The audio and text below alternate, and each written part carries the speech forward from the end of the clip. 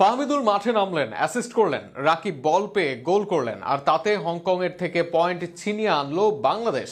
ঘরের মাঠে যা করতে পারেনি টাইগাররা, হংকংয়ের মাঠে তাই করে দেখালো হামজা, সমিত, ফাহমিদুল, রাকিবরা। হংকংয়ের বিপক্ষে বাংলাদেশের এই সমতা নিয়ে বিস্তারিত থাকছে প্রতিবেদনা।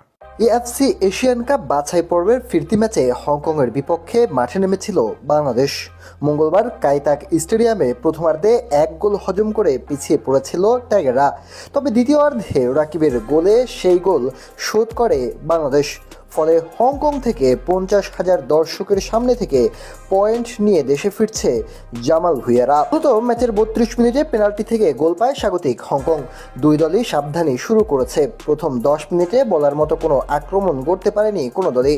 ম্যাচের 20 মিনিটে মাঝমাঠ থেকে বল পেয়ে দ্রুত গতিতে এগিয়ে যান সামিত সোম, তবে তাকে ফাউল করে আটকে দেন হংকংয়ের ডিফেন্ডাররা। সেখান থেকে হামজার নেওয়া ফ্রি কিক মানব দেয়ালে আটকে যায়। ডিফেন্ডার তারেক কাজী হংকং ফরওয়ার্ড ফার্নান্দেকে পেছন থেকে ফাউল করে বসেন। জাপানিজ রেফারি পেনাল্টির বাঁশির সঙ্গে হলুদ কার্ড দেখান। পেনাল্টি থেকে অধিনায়ক ম্যাথিউ বল জালে জড়ান। তবে ম্যাচের 73তম মিনিটে হংকং 10 জনের দলে পরিণত হয়। মিডফিল্ডের মাঝামাঝি জায়গায় বাংলাদেশের সামিতকে সাইড লাইনের পাশে ফাউল করেন তিনি। জাপানিজ রেফারির দ্বিতীয় হলুদ কার্ড দেখিয়ে মাঠ ছাড়া করেন তাকে।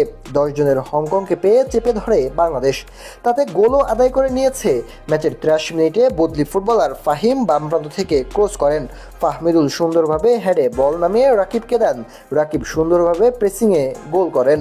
মূলত ফাহমিদুল এবং জামালকে নামানোর পরই ম্যাচে ঘুরে দাঁড়ায় বাংলাদেশ। ফলে সমতা নিয়েই দেশে ফিরছে টাইগাররা। অন্যদিকে আজ জাপানের বিপক্ষে হেরেছে ব্রাজিল দল। সেখানে বাংলাদেশি ব্রাজিলের ভক্তদের জন্য কিছুটা হলেও স্বস্তি বাংলাদেশ ফুটবল দলের এই সমতা।